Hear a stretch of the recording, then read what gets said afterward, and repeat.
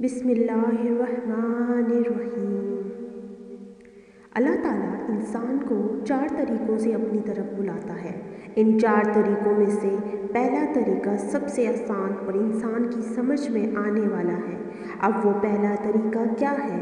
پہلا اشارہ کون سا ہے؟ آئے میں آپ کو آسان الفاظ میں سمجھاتی ہوں۔ پہلا طریقہ جس کے ذریعے اللہ تعالیٰ انسان کو اشارہ دیتا ہے کہ وہ اس کی طرف پلٹ آئے، اور وہ اشارہ یہ ہے کہ انسان کو کہیں سے ہدایت کی بات پہنچ جائے۔ مثلاً آپ نے موبائل اٹھایا، اسکرولنگ شروع کی اور اچانک آپ کے سامنے کوئی ہدایت والی بات، کوئی اسلامک ویڈیو آ گئی جس میں آپ کو اللہ کی محبت کے بارے میں بتایا جا رہا ہو یا کہا جا رہا ہو کہ اللہ کی طرف پلٹ آؤ، تو وہ ویڈیو یا بات بلا وجہ آپ کے سامنے نہیں آئی، بلکہ اللہ چاہتا ہے اسی کہ وہ آپ تک بات پہنچے۔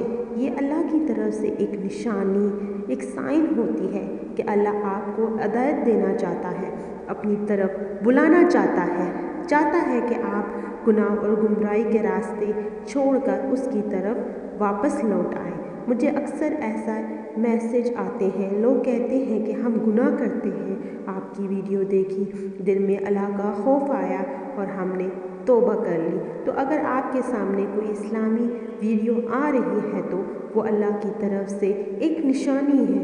اگر کوئی انسان اس پہلے سائن کو نظر انداز کر دے تو اللہ تعالیٰ اسے دوسرا سائن دکھاتا ہے۔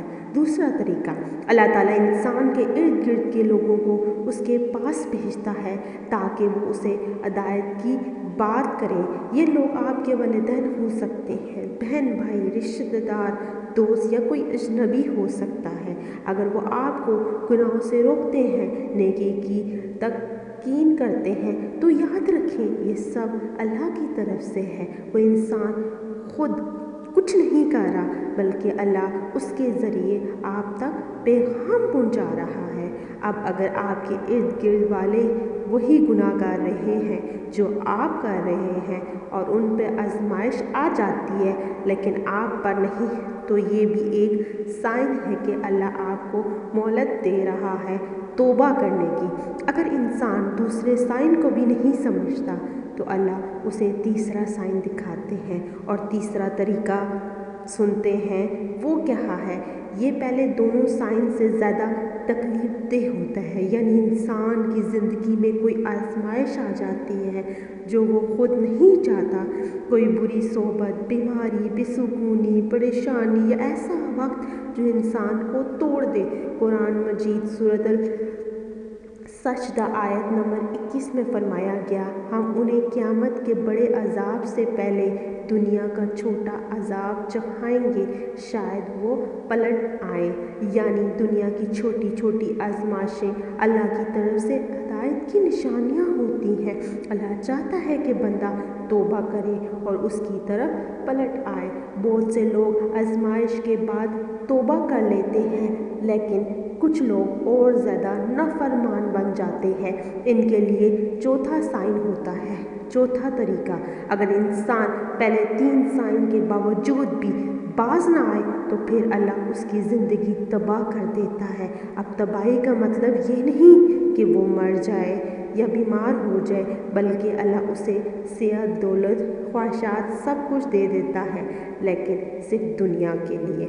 اور اصل تباہی یہی ہے کہ اللہ اس انسان کے دل سے نکل جاتا ہے، اس کے دل میں دنیا کی محبت بھر جاتی ہے اور اس کی زندگی کا مقصد صرف دنیا بن جاتی ہے۔ جس انسان کی زندگی سے اللہ نکل جائے وہ دنیا اور آخرت دونوں میں برباد ہے۔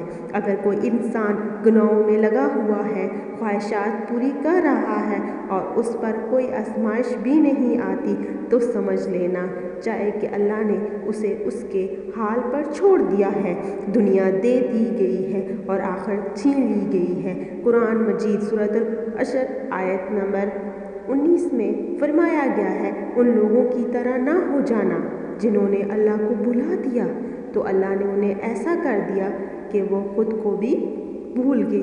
یہ لوگ فاسق، نافرمان ہیں۔ یہ تھے وہ 4 نشانیاں جن کے ذریعے اللہ تعالیٰ انسان کو اپنی طرف بلاتا ہے، ہدایت دیتا ہے۔ اب میرا سوال آپ سے، آپ کو ان 4 میں سے کون سا سائن ملا تھا؟ کمنٹ سیکشن میں ضرور بتائیں اور اس ویڈیو کو صدقہ جاریہ بنائیں اور آگے اپنے دوستوں کے ساتھ، رشتہ داروں کے ساتھ شیئر کریں۔ بہت بہت شکریہ۔